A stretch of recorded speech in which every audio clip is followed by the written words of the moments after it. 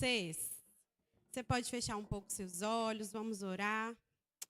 Ai, Senhor, obrigada, Pai. Obrigada por essa manhã. Obrigada, Pai, porque nós acordamos. Obrigada porque nós estamos bem, saudáveis, Senhor.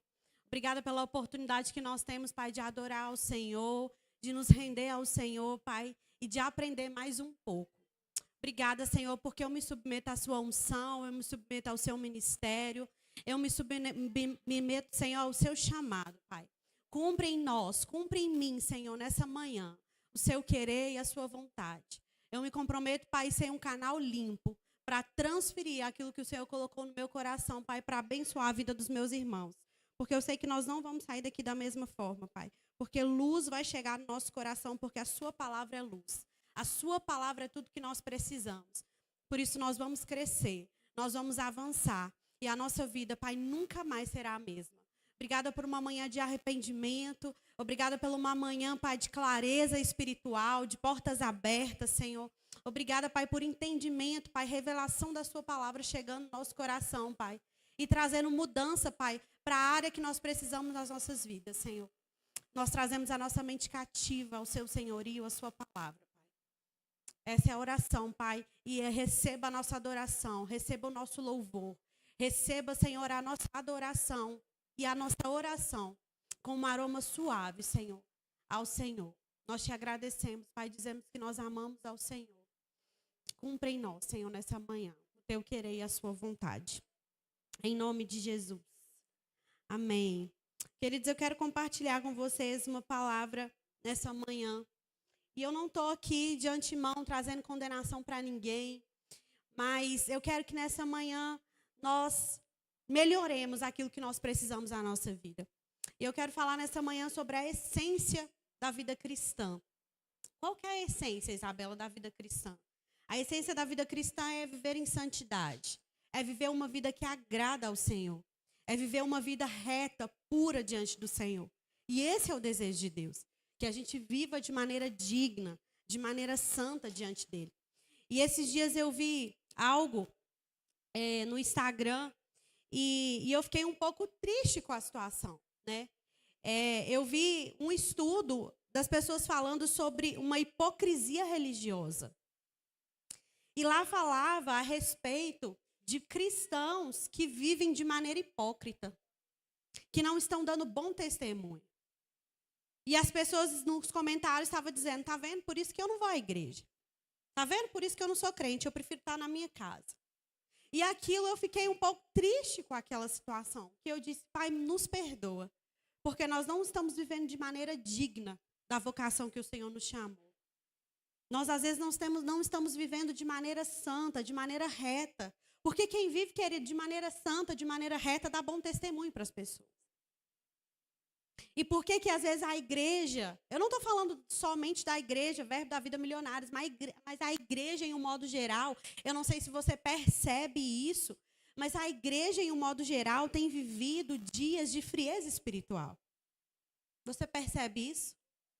Uma frieza espiritual tomando conta das pessoas, tomando conta do coração dos filhos de Deus.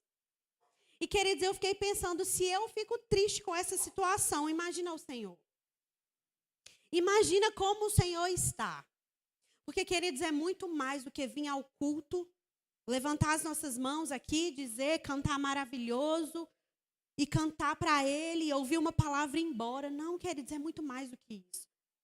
Eu quero falar nessa manhã sobre essa essência da vida cristã, que é sobre santidade, que é sobre viver de maneira pura, de maneira reta, de maneira santa diante de Deus. E esse estudo diz que as pessoas vivem de uma forma na igreja, e em casa e em outros lugares, vivem de forma totalmente diferente. Vivem de uma forma na igreja. E quando é para sair para fora, para dar testemunho, vive de uma maneira diferente. E eu não falo, querido, só às vezes sobre um pecado em si, não. Eu não estou falando somente sobre pecado em si, também. Mas quando eu falo sobre santidade, eu falo sobre uma reverência à presença. Às vezes nós estamos fazendo coisas que não são pecados, são lícitos, mas que são irreverentes à presença. E a Bíblia diz, tudo me é lícito, mas nem tudo me convém. Tudo me é lícito, mas eu não posso deixar que essas coisas me contaminem. Ah, é pecado eu fazer isso? Às vezes aquilo não é pecado. Às vezes não é pecado. Mas está tomando o lugar do Senhor, a primazia do Senhor. E essa palavra essência, essência é algo que é na sua natureza mais... essência é o que é algo na sua natureza profunda e verdadeira. Aquilo que define identidade. Essência é aquilo que é algo verdadeiro, genuíno. E nós vemos exemplos disso, querido. A essência do sal. Qual que é a essência do sal? A essência do sal é salgar, ser salgado. Se o sal perder o sal, o sabor, ele perde o seu propósito. Por quê? Porque a essência dele é o quê? Salgar. A essência da água. Qual que é a essência da água? Ser líquida. A essência da água é saciar a sede. Se a água não cumpre esse propósito, ela está vivendo de forma errada. Ela perdeu o quê? A sua essência. E assim é a vida do cristão. A essência da vida cristã é viver em santidade, é viver em amor, é viver em pureza, é viver em reverência. Se nós não vivemos essa essência, querido, não existe uma vida, um cristianismo real. Existe algum buraco aí no nosso cristianismo. Existe alguma falha. Porque a essência da vida cristã, nós precisamos voltar à essência. Existe uma música que eu gosto muito, que às vezes nos momentos de adoração eu gosto de colocar ela, que ela fala assim, estou voltando à essência da adoração. Queridos, e é de fato isso. Nós precisamos todos os dias nos lembrar, olha, eu preciso ir de volta à essência. Se nós perdemos essa essência, se nós perdemos essa essência da santidade, de amar ao Senhor, nós precisamos voltar a essas práticas. Nós precisamos voltar ao amor. E lembrar todos os dias, eu não posso sair. Se eu sair, eu preciso voltar. E como a música diz, me perdoa, Senhor, pelo que eu fiz dela. Me perdoa. Nos perdoa. Que o Senhor nos perdoa nessa manhã pelo que nós temos feito com essa essência de santidade, de amor ao Senhor. Sem santidade, a vida cristã perde a sua identidade e o seu verdadeiro sentido. Muitas vezes, queridos, nós estamos vivendo uma vida sem sentido. Uma vida sem saber o que está acontecendo. Simplesmente estamos vivendo. Vamos viver. Quem nunca ouviu? Mas nós precisamos viver de maneira intencional. Queridos, o que é 90 anos, 100 anos de uma pessoa aqui diante de uma eternidade?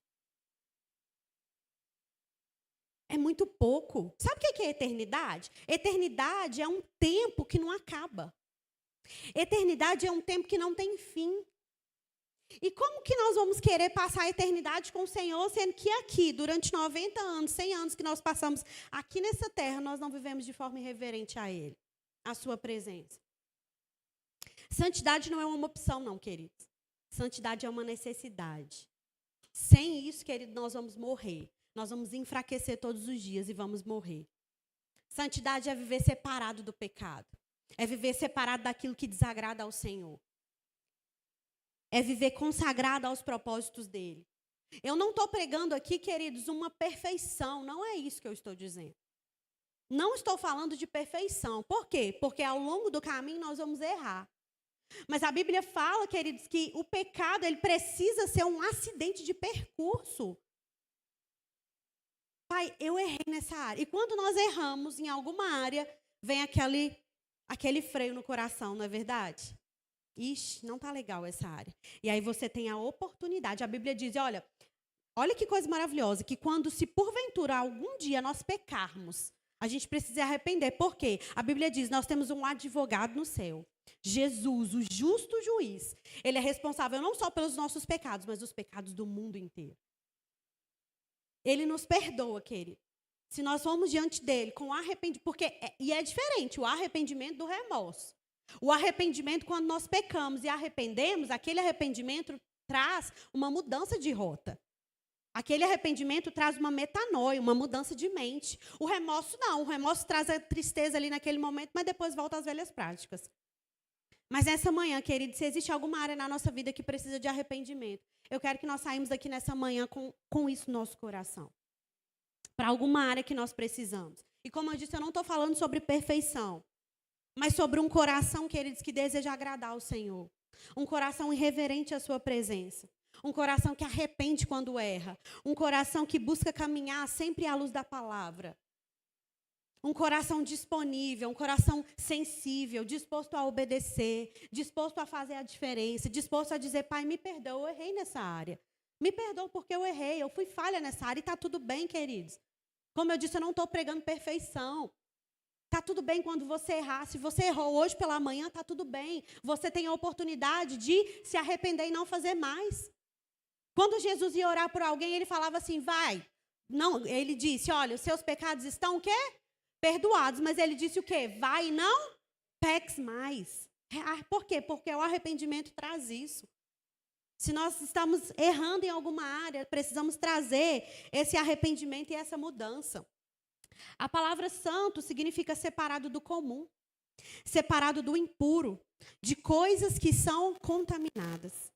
E, queridos, a Bíblia, se você pegar a Bíblia não diz que você é um pecador. A Bíblia sempre vai dizer que a igreja é um povo santo, um povo eleito, um povo exclusivo de Deus. Deus sempre nos viu afastado do pecado. E Ele nos chama de santos. E essa palavra santo significa separado do comum, separado de coisas contaminadas, separado daquilo que é impuro. Querido, nós somos separados, é como água e óleo, não se mistura. O pecado e o crente, querido, é como água e óleo, não se mistura, não pode se misturar. Se misturou, querido, é porque infiltrou algum tipo de substância ali no meio do caminho. Porque a natureza não é não separar. Santo, então, significa separado do comum, do impuro, de coisas contaminadas. É aquele que tem um comportamento irrepreensível, que vive de acordo com os mandamentos, com as leis de Deus. E a palavra santidade é a qualidade ou a característica daquele que é santo. Então, santo é aquele que é separado do pecado. E a santidade é a característica daquele que é santo. E a santidade é um atributo do próprio Deus. Do próprio Deus. E Ele compartilhou conosco. A santidade, querido, é um atributo do próprio Deus. Abra lá comigo em 2 Coríntios, no capítulo 7.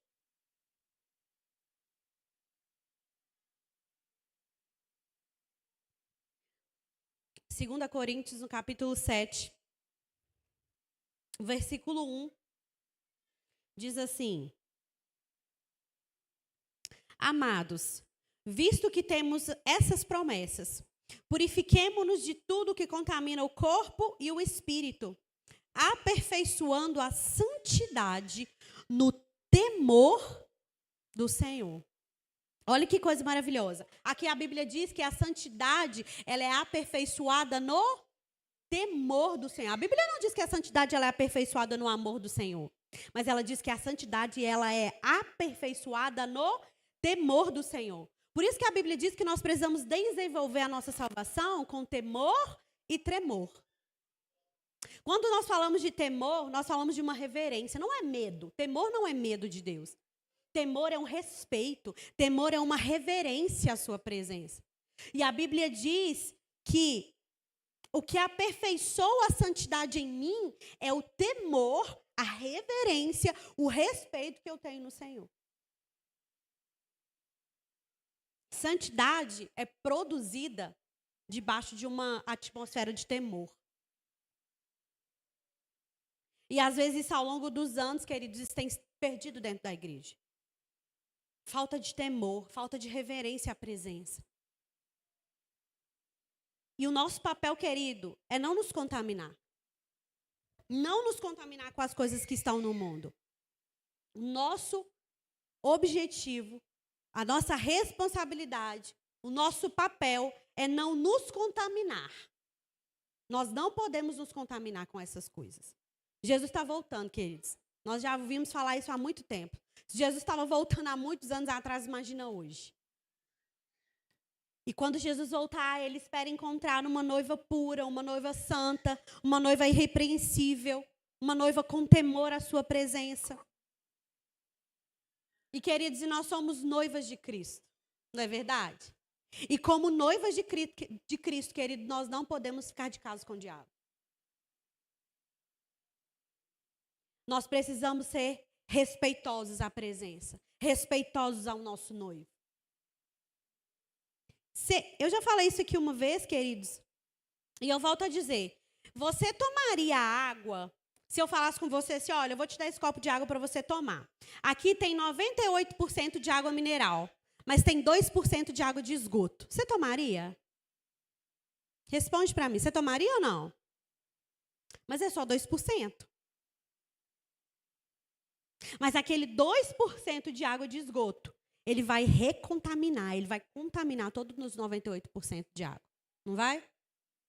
Então, 98% de água natural, ele é contaminado por causa de 2% de água de esgoto. É só 2% de água de esgoto.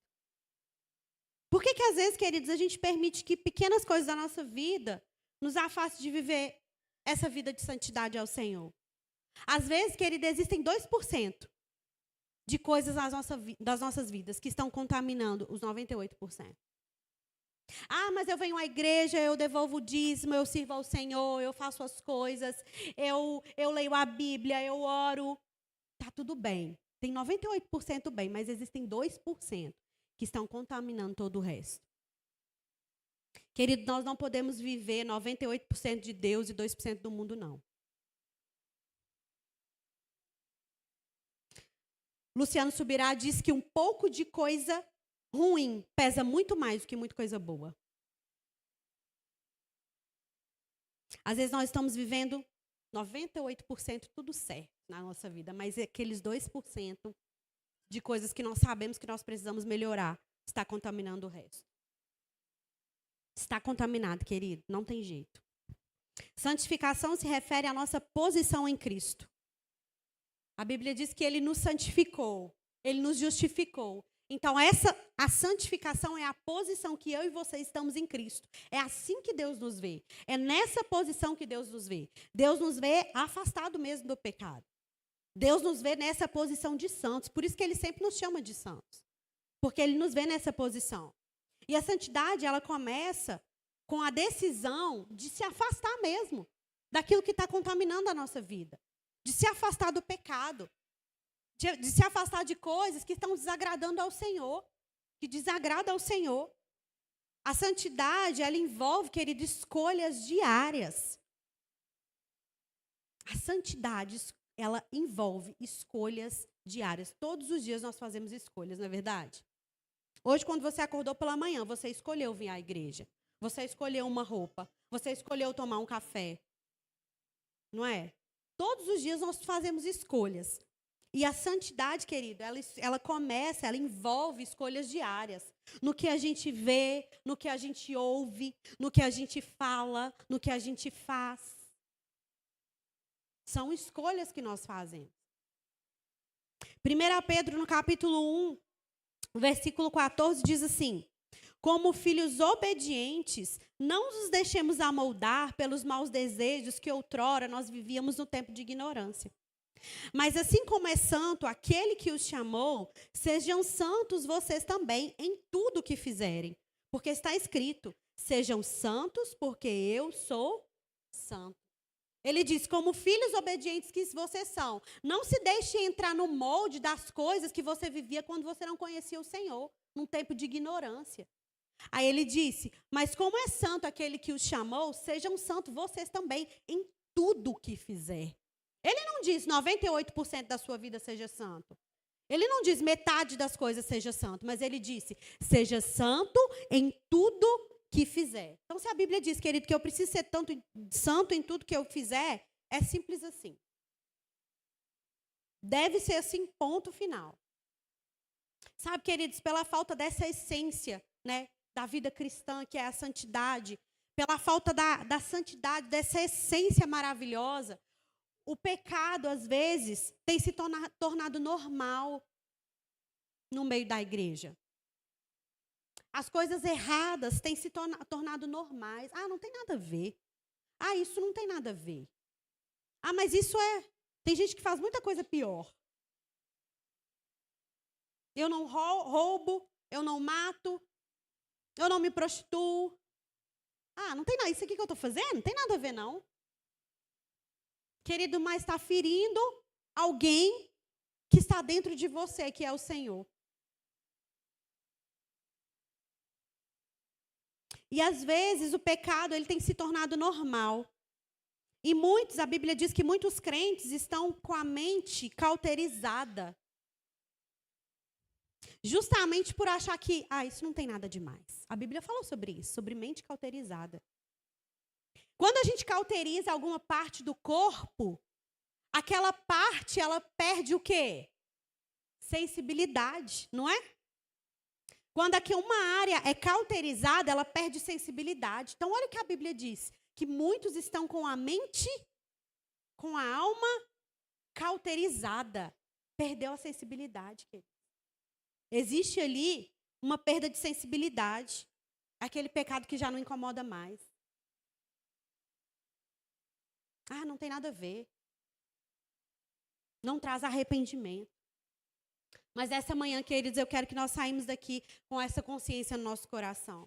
Se existe alguma área na sua vida que você precisa melhorar, o Senhor vai te lembrar. E você vai ter a oportunidade de se arrepender e de mudar a rota. Mude a rota. Se existe alguma área que está te afetando, queridos, mude a rota. Queridos, deixa eu te dizer uma coisa. Minha mãe me falava uma coisa e é muito certa. Ela disse, uma hora a conta sempre chega. Uma hora, querida, a consequência ela vem. Uma hora a consequência do pecado, de uma vida irreverente ao Senhor, querido, ela vem. E o Senhor não tem nada a ver com isso, queridos, e são escolhas nossas. Mas que nessa manhã nós escolhemos viver em santidade, uma vida que nos aproxima de Deus, uma vida daquele que escolhe viver de maneira santa, que sente a presença, que é reverente à presença, que tem clareza sobre a presença, que tem sensibilidade espiritual aguçada. Que tem uma sensibilidade espiritual aguçada. Nós estávamos conversando ontem a respeito de algumas coisas sobre a igreja e tudo. E eu lembro que o Vinícius falou a respeito de... Ele falou, eu estava orando na minha casa. Pode falar, Vi? Nem perguntei. Ele disse, eu estava orando na minha casa e eu percebi uma inclinação e eu vi uma criança deitada numa cama, chorando. E ela estava sendo abusada. E o Senhor me deu até o nome dela para eu orar. Queridos, aquilo eu fui embora pensando com aquilo. E eu falei, cara, ele nem sabe quem é essa criança. Mas quantas vezes o Senhor nos levanta para orar por pessoas assim? Nós vemos hoje, querido, essa semana, coisas que aconteceram de uma pessoa que se levantou para falar sobre um abuso de crianças nas redes sociais. Queridos, quantas vezes o Senhor já não falou no nosso coração a esse respeito? Se levante, ore pelas crianças, proteja a vida das crianças. Mas por não viver essa essência, por não viver em vida em santidade, porque quando eu vivo em santidade, eu vivo sensível à presença, sensível à voz, quer dizer, eu estou com meus ouvidos tampados, eu estou insensível à voz. Você entende, querido, a importância da igreja, de nós nos levantarmos e vivermos uma vida que agrada ao Senhor, Ele conta conosco.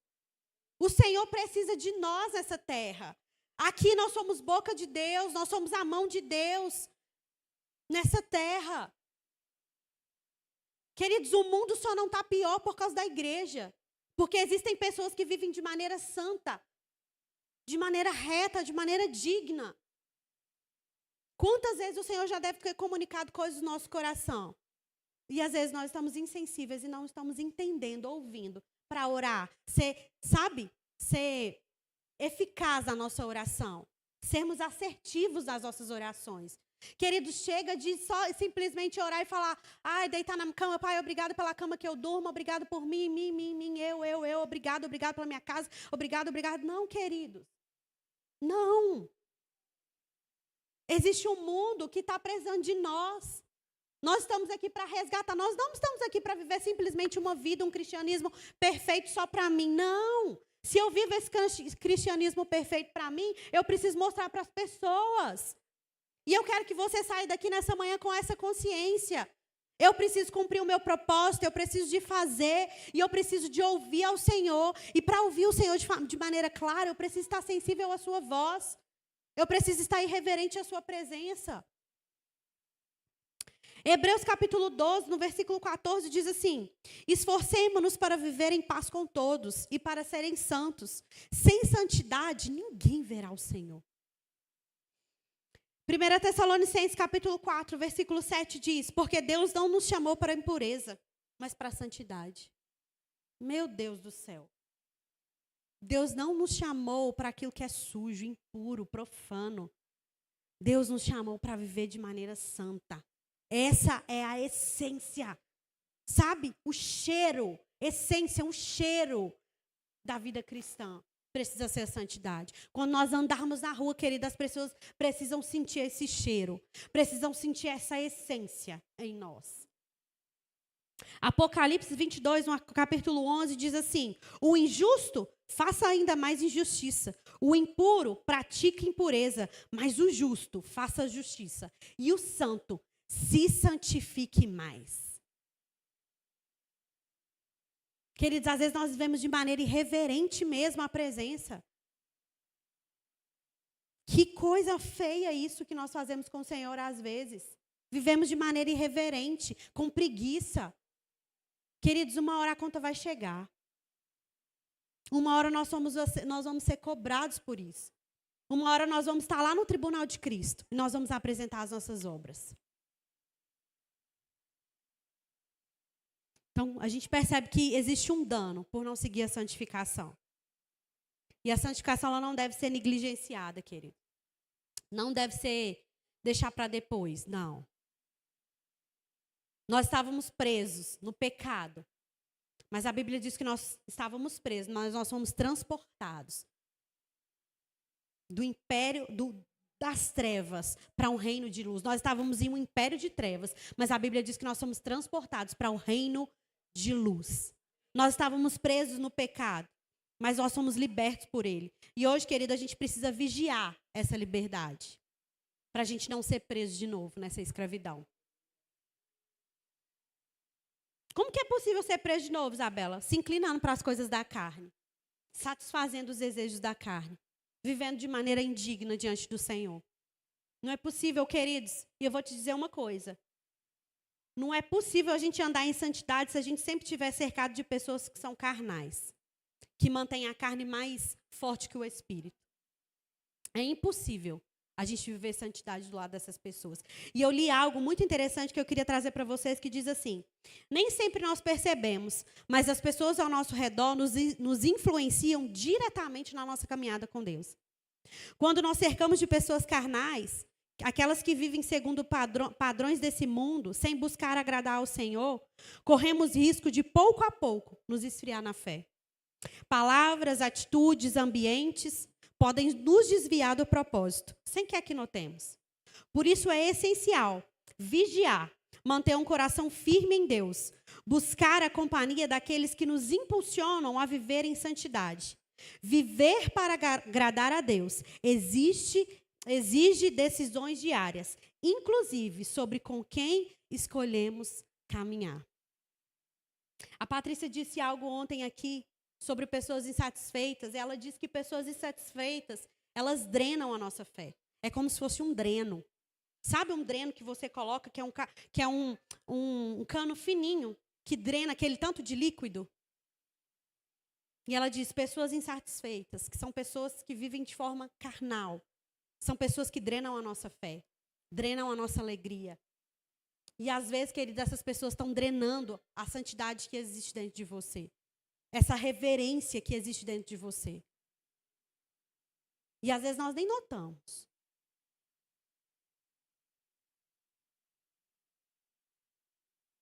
Outro ponto, querido, que a santidade... Você sabe que a santidade, ela molda todas as áreas da nossa vida. Não tem como viver santidade parcial. A santidade, ela é total. Ou é ou não é. Não existe santidade parcial. E a santidade molda todas as áreas da nossa vida, querido, inclusive nas nossas finanças. Inclusive em devolver os nossos dízimos. Inclusive em ofertar. Inclusive em abençoar pessoas. Envolve isso também. Devolver dízimo e oferta, querido, é uma consequência natural de um coração santificado. De um coração reverente à presença. De um coração que escolheu confiar no Senhor. De um coração fiel, de amor ao Senhor. Como eu disse, não existe santidade parcial. Só em essa área que eu vou ser santo. Na outra área, não. Não, querido. É ser santo em tudo que fizer. A Bíblia fala sobre isso. Ser santos em tudo. Querido, se Deus não é o Senhor, se Deus é o Senhor, pensa comigo, se Deus é o Senhor da minha vida, nós nos dizemos isso, Pai, o Senhor é o Senhor da minha vida. Se Deus é o Senhor da minha vida, Ele também precisa ser o Senhor do meu bolso. Da minha generosidade para com as pessoas. Devolver dízimos e oferta, querido, é um ato santo. Reverente. É um ato de obediência, é um ato de honra, é um ato de temor ao Senhor. Quem vive em santidade, queridos, não negocia princípios. Quem vive em santidade, queridos, não administra aquilo que é de Deus como se fosse meu.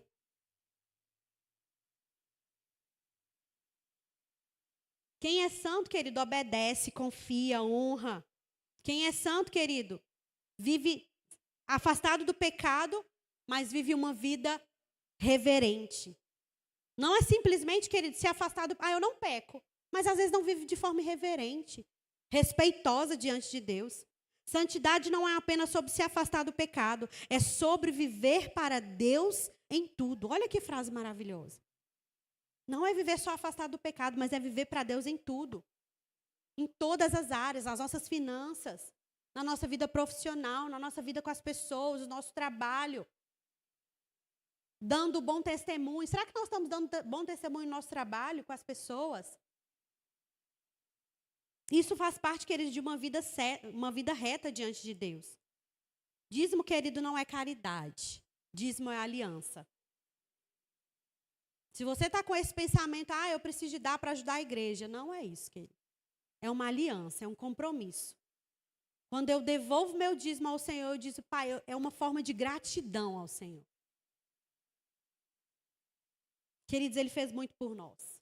Ele fez muito por nós. Queridos, eu fico pensando, sabe? A marca de um coração rendido, queridos. A marca de um coração rendido, obediente e separado com o Senhor é essa essência. É essa santidade.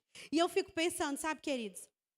Que Jesus fez tanto por nós. Jesus fez tanto por nós. Tanto. Que às vezes nós esquecemos aquilo que Ele fez. E existe algo que eu gosto muito.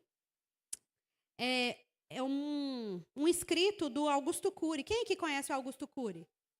Augusto Cury é um psiquiatra e ele é um escritor brasileiro. E ele era ateu. Ele não acreditava em Jesus.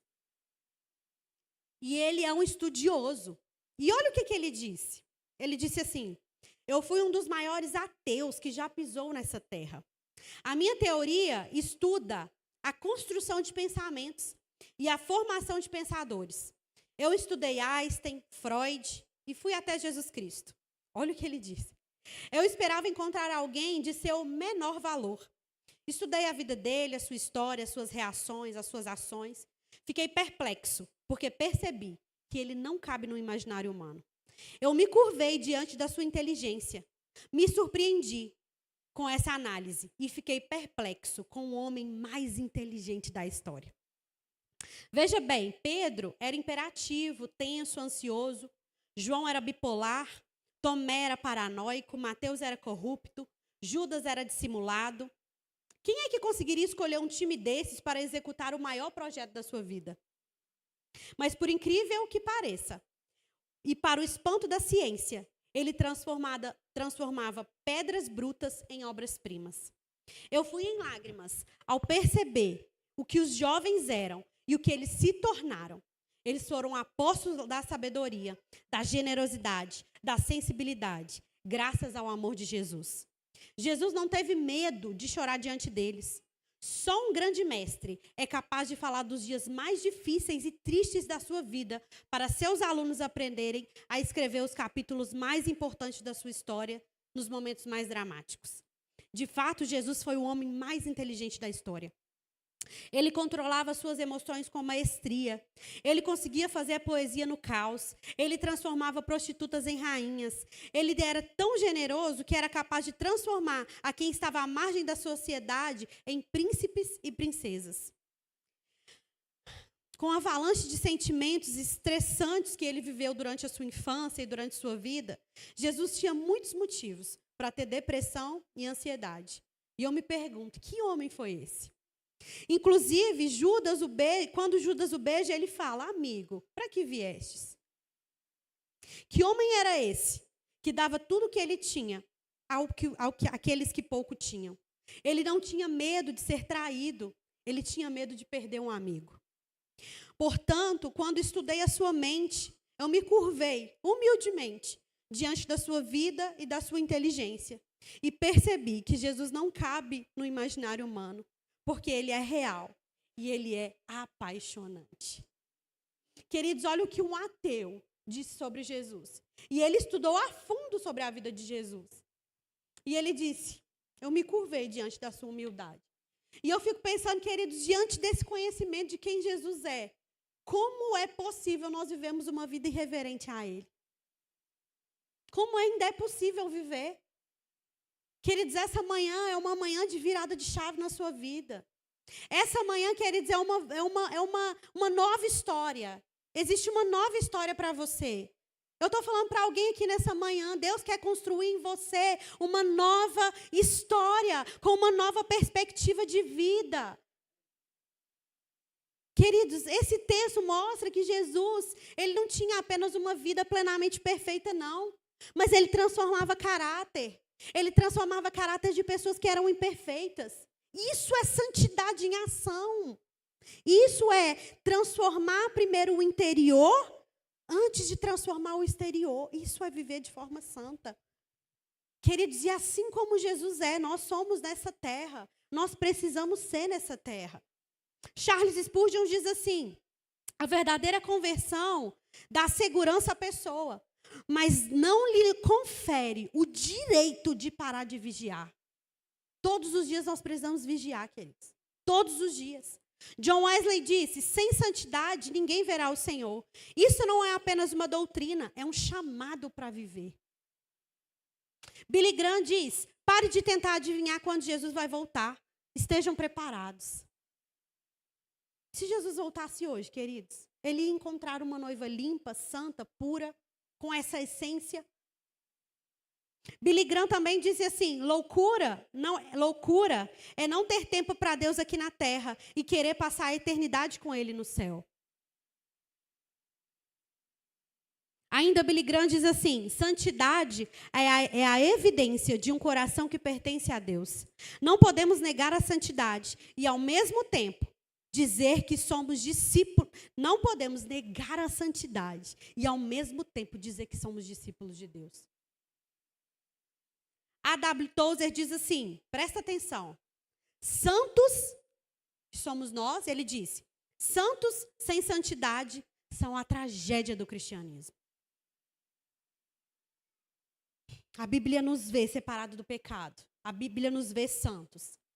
E ele disse, santos sem santidade é a tragédia do pecado. Querido, que nós não sejamos a tragédia, que a gente não faça vergonha no evangelho. Que as pessoas não olhem para nós e dizem, Deus me livre de ser crente. Não, queridos. Não seja a tragédia do evangelho. Não seja tragédia do evangelho. Isabela, como que eu vou viver de forma santa? 4 passos. Se você está vivendo em pecado, querido, reconheça que você está errando. Reconheça o pecado. Primeiro passo, reconhecer. Segundo passo, se arrepender e mudar.